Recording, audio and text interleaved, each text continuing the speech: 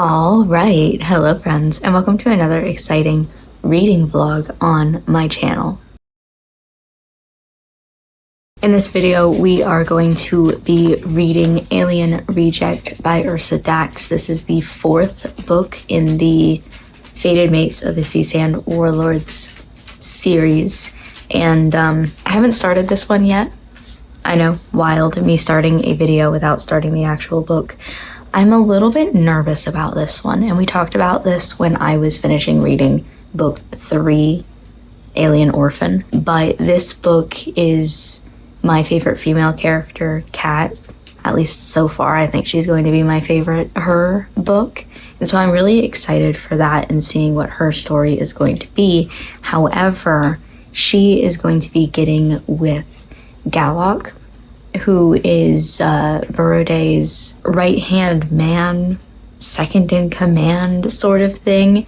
And so far, what I know of him, he's a little too sunshiny for the sort of banter that I want to see here. Or maybe I just don't think that he has that sort of banter in him. I think that if there is anything where Kat is going to rib him or anything like that, he's going to either like accept it with a smile, or he's like not going to comment. And so I'm a little bit nervous to see how their dynamic is going to go. He just doesn't seem like that kind of person. And that's really one of the big things that I look for in these sorts of books, in romances in general. So I'm excited to get into it, but I'm also a little bit nervous, but we will see how it goes. I just wanted to check in with you guys before I actually start, get some foundational feelings down, and now I'm going to see how it goes. Okay, so I just finished chapter 1, and I promise you I'm not going to be updating you after every single chapter, but I wanted to get some more details down. And excuse the dog nails and like walking around in the background that you'll hear. I'm not bringing them up into the chair with me today because it's hot and I just cannot be bothered. I'm like, leave me alone today. And they are not taking it well. But just finished chapter 1. It was in Kat's point of view. We got to learn a few things about her that I didn't already know, like her reasons for why she got into chemistry and all the different things that she does. But one thing that I found really interesting about her and Galok's relationship so far, because they have been talking, they're currently like on this adventure together, where she and Melanie were going to go and get rocks so that they could create a sunscreen for all the humans. And Galok and Taliok are joining them as like, I don't know, protector sort of things. So we have a lot of Kat and Galok interacting with each other throughout this journey. One thing that I've found really interesting so far about their relationship is the fact that Galok, I'm not 100% sure if this is intentional or unintentional, he's really good at rage baiting Kat. Like somehow every little thing that she says, and he'll like say something else, but he'll say it in like this sunshiny golden retriever sort of way that's like, does he know that he's so annoying? For example, she's really angry that he wants to help her undo her tent, you know, pack it all up so that they can go. And they are fighting. They literally have like the tent fabric in their hands, playing like tug of war with it. And eventually she gives up. She says, "Fine, you do it." And he responds, "I will do so gladly since you've asked." The next page he says, "Here, Kat, take this meat I have hunted just for you. You will need to replenish your strength after all that pulling on the tent hides."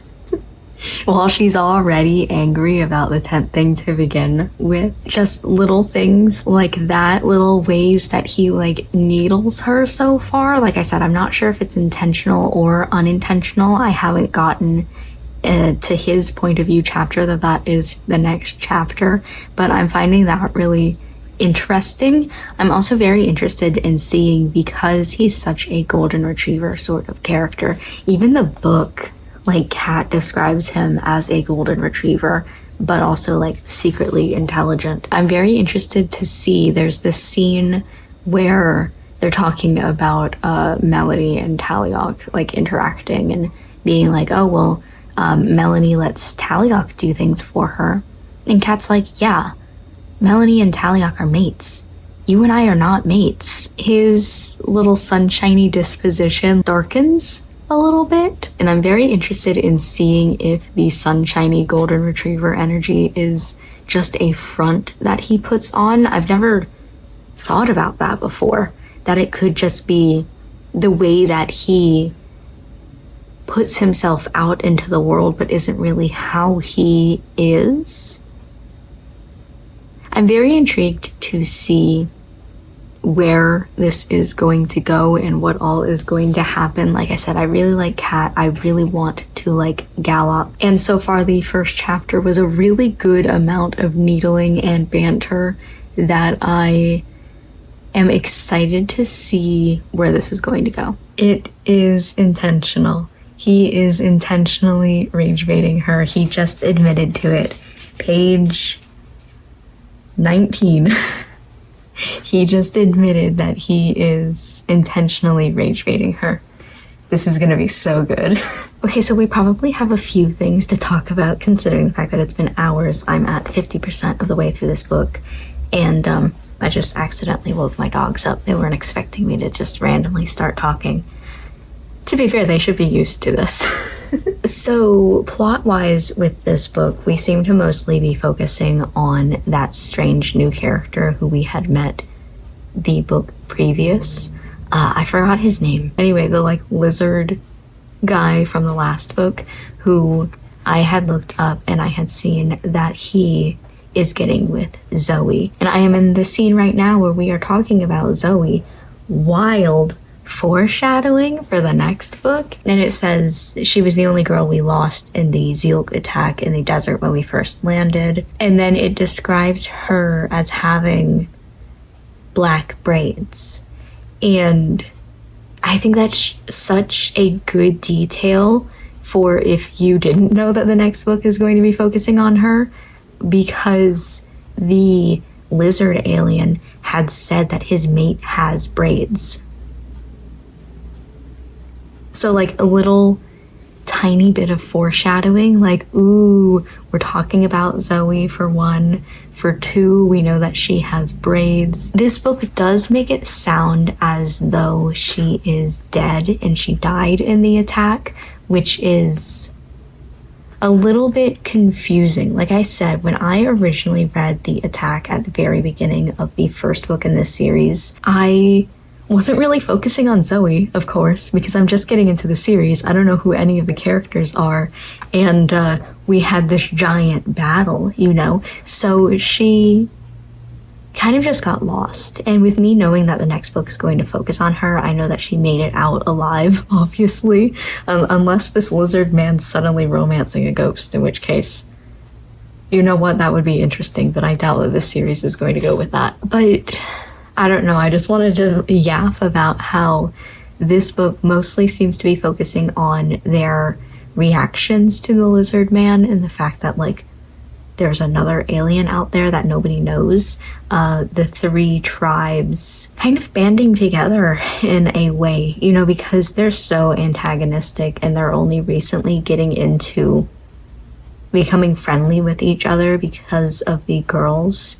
It's slow going, but we're talking about the possibility of like uniting everybody together, having all of the tents interspersed together and sharing the same campfire at night, and just integration, which I think is something that would be really good for these characters in general. As for Kat and Galok's relationship, I don't know that there's really anything that I can tell you guys that I haven't already told you guys. He is very golden retriever energy, but also really likes needling Kat because he likes the way that she gets angry. She is very awkward. She's another one of those characters who like has never had a good relationship with like her parents or anybody. She says that she's never had a boyfriend. And so all of this is new to her and she's trying to figure this out. But I am pleasantly surprised to find that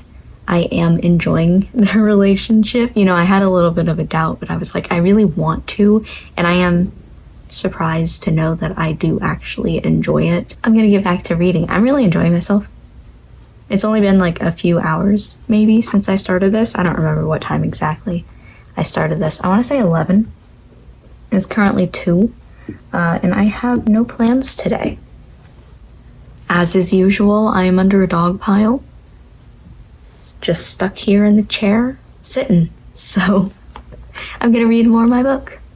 Okay, so this is about to be like huge spoilers. So if you don't want to hear spoilers, believe it or not, in me talking about this book series, don't listen. I'm warning you right now.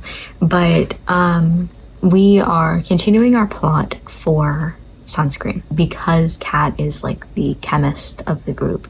She is breaking the rocks down and she's trying to figure out what is kind of similar to sunscreens. And she finds one of the rocks that's like pretty similar, and it's like chemical makeup or whatever. And just as she's trying to figure out what she needs to do next, this other warrior comes in and starts fighting, and oh no, I forgot the other Gon's name. The fourth Gon. we are being introduced to a fourth Gon. He's not this warrior. Just we know his name, and I don't remember what it was. We have another Burrow Day situation where I'll figure it out one of these days, and then I'll look back at these videos and be like, damn, remember when I couldn't remember Burrow Day's name? Crazy.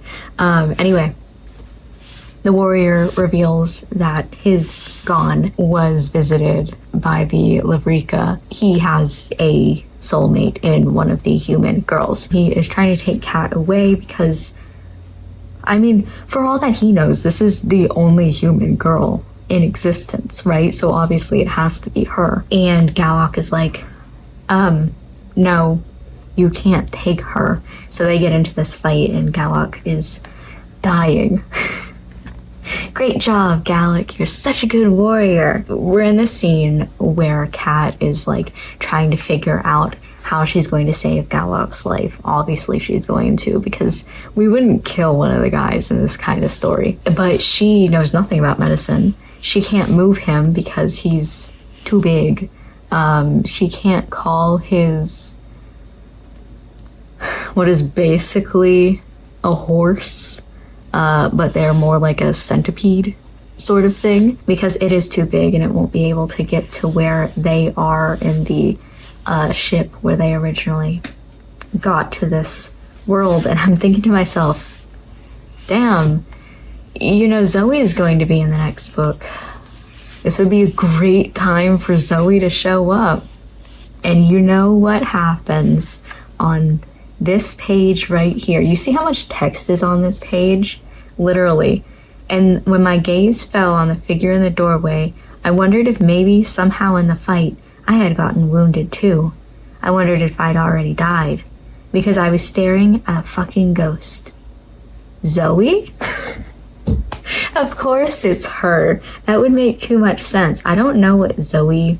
Oh, then we get a chapter on her point of view. Great. Oh, she's... sorry, I'm reading. She's listening to some music. She's eating Cheetos. She's living her best life, apparently.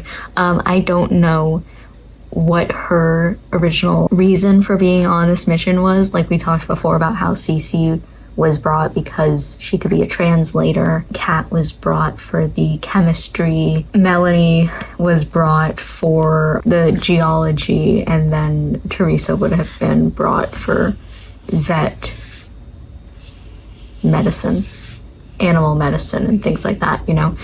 So I don't know what Zoe's original, like, purpose for this mission was, but I bet you it's gonna be something medical. I bet you... She is like, what's the word that I'm trying to think of? Not really a deus ex machina. Not like a MacGuffin, because that's more of like an item. I don't know. I can't think of the term right now, but she's like going to be the singular thing that can save us in this instance. I am so 100% sure. Oh no, Zoe's an engineer. Oh well, girl. You're about to engineer some health right now. Let's go. Fun new exciting update. I kind of knew this was going to happen while they were out and about, but I didn't know it was going to happen like this, so that's fun and exciting. The Lavrika showed up. So, like I said, I kind of had a feeling that while Galok and Kat were out, the Lavrika was going to come for Galok, right? Like, we're getting close to the end. It was like around 70% when I had that idea, and we're currently at 81%. But the man's currently like dying. He's bleeding out, and the Lavrika shows up, and in complete normal Lavrika fashion, it comes up close enough that they can see it.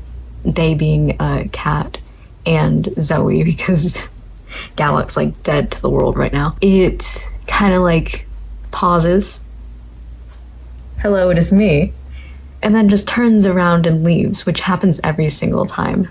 This being, the 4th book in the series now.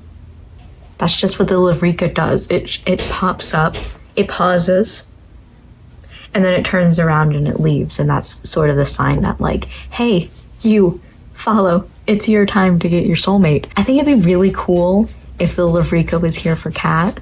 A little bit different, but I'm not sure that that's going to happen because the Lavrika has only ever showed up for the guy characters. But right now, Lavrika, listen. He's currently dying, but in good news, if he takes a dip in the Lavrika pools, he will be healed, so. 2 birds, 1 stone, oh my gosh. Okay, so just as I thought that final chapter was only like a couple of pages, it did not take me very long at all to read. It was just basically a point of view from Balder and how this guy, Ark, was describing his experiences seeing the girls for the first time and his fight with Galok. The only real information that we gleaned from that was the fact that whoever Balder's mate, we know it's Teresa. For somebody who doesn't look up who the couples are, she does not look like Kat and does not look like Zoe. Which really, because we don't get a lot of descriptions of the other girls until they're starting to get important in the story, does not really help you figure out who it is. And then the other thing as well, Balder was talking about how all of his efforts so far in trying to... Oh, hold on. There was another, bigger thing that we need to talk about, because Balder says this line about how he has a second chance at having a mate and how he wasn't sure whether or not he should take this chance, which makes it sound like he is, a widower. Makes it sound like he had a mate before and she died. And now he has been given another mate by the Lavrika. So I'm really interested in seeing whether that is true or what exactly that line was. What do you mean another chance? Is it just because this is your second time? It's not even a second because he sent so many people. Anyway, whatever that is. The other thing that we can talk about beyond the fact that my dog is currently fighting with a blanket. I cannot tell if she won or lost that battle. To be honest, she just kind of gave up. Balder talks about how all of his things that he's been doing so far, sending spies, sending little tiny war parties, has not been working because this is the 3rd battle that we have had with one of Baldur's, or with any of Baldur's men. And I was like, oh my gosh, Balder, I'm so proud of you. You're going to learn peace. You're just going to come up and be like, hey, listen, guys, I found my mate. It's one of the girls. Can I just look around and see? He's like, it's time to start a war. God damn it, Balder. You would be okay if you just walked there peacefully and said, yo, the Lavrika came. I just want to know information. Like, the whole thing with the girls getting everybody together is that they want peace. They don't want fighting. And every single one of these guys is like, I'm gonna fight someone about this. Like, hopefully in the future that ends up being okay. The next book, however, is that weird, like, lizard guy. And so I almost forgot that it was Zoe's book. Oh my god, I was like trying to... we were talking about Balder and who eventually is going to be Teresa. And I completely forgot Zoe. Next book is going to be whoever that lizard guy's name is. I already forgot. And Zoe, I already have it loaded up. I'm like, oh, I am so ready. Let's go. So I am excited to see how that is going to go. I'm literally going to start reading like right now, right after I finish this clip. So I am excited to get into that. Thoughts on this book, though. Alien Reject in general. I liked it. I feel like I was a little too focused on the plot, though, and not so much the relationship. I was pleasantly surprised. One time in a video, I accidentally said pleasantly surprised, and now every single time that I try to say pleasantly surprised, in the back of my brain, I go surprised, and I mess myself up every single time. I was pleasantly surprised with the relationship between Kat and Galok. Like I said, I really liked his needling, despite the fact that he was a little bit more of a golden retriever. I still got that banter that I wanted, and I do think that his golden retriever-ness was really good for Kat. However, they're not my favorite. I still like Chapman and Follow the best.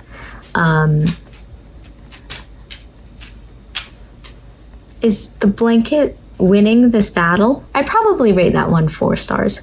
I liked it. I don't know that I was obsessed with it. I'm still enjoying the series, but I truly think everything from Alien Enemy is downhill from there. Like, that was the best it's ever going to get, and not because the quality of the series is going down, but just because that book for me was so perfect that personally nothing is ever going to match that energy or succeed it. So unfortunate, but I am excited to hop back into this next one. I'm literally like right now about to start reading, and I hope that you are excited as well to listen to my dog's nails on the hardwood floor. It's very fun, very exciting. I know that we love listening to it. I'm gonna go ahead and end this video for now, though, hop into this one. So thank you for joining me today on this little journey. I hope that you enjoyed listening to me ramble about this book series. Again, like I've been saying for the past few videos, I'm really enjoying my time with this book series, and I hope that you are enjoying listening to me ramble about this topic. And I will see you in the next video where I read Alien Exile.